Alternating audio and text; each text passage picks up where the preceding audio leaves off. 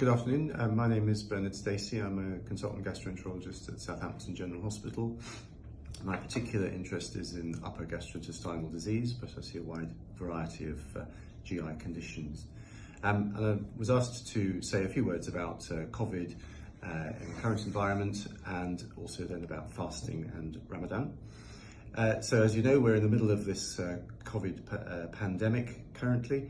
And a lot of cases are coming to hospital, though fortunately not quite as many as were initially predicted in the UK. Nevertheless, hospitals at the moment are a very different environment to what they were a month or two ago.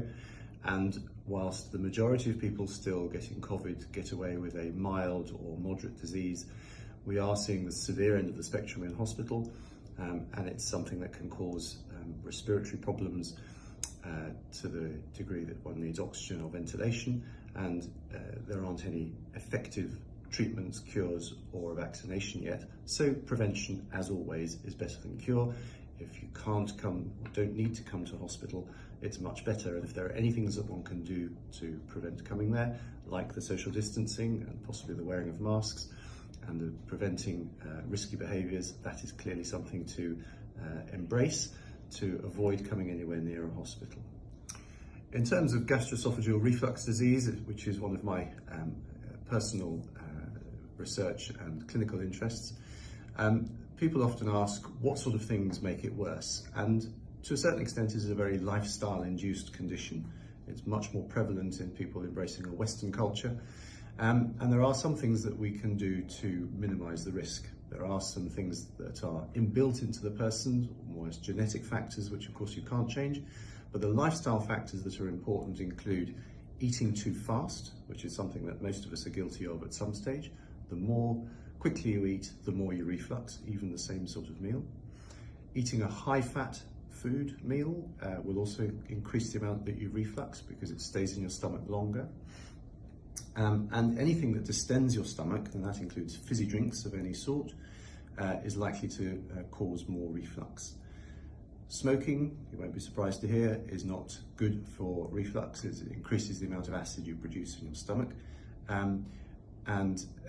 Furthermore, if you are under a lot of stress, and that can be any sort of stress, domestic stress, work stress, financial stress, any sort of stress, that also increases your risk of reflux a lot. Some stresses, of course, you can't do anything about, but if there is any room for modification, it's a good thing to be able to try and change that.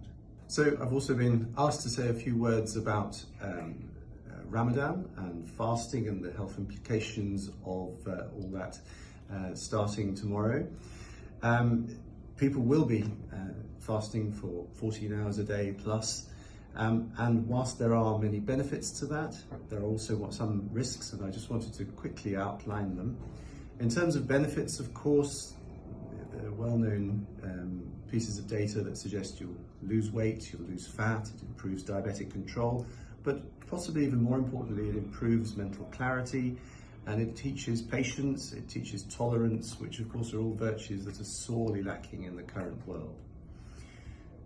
As far as the risks go, the thing I always worry about when I see my friends and colleagues fasting is that, of course, of dehydration. So hydrating fully at the beginning, at the end of the day with water is really important, and trying to avoid as much as possible caffeine, which can make you lose rather more fluid than you take in. And then there's the other potential risk of perhaps overcompensating when one gets to the end of the day, is very, very hungry, of then eating too fast, which of course from my own point of view will make reflux worse, and eating too much. Again, not good for your system to eat too much and extend your stomach too much, and eating too much sugar or treat food, which can lead to too much fat deposition and obviate some of the benefits that we were talking about before.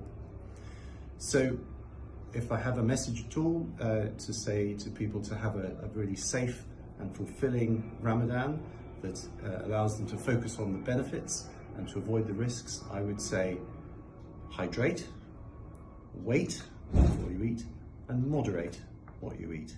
And I wish you all a very happy Ramadan.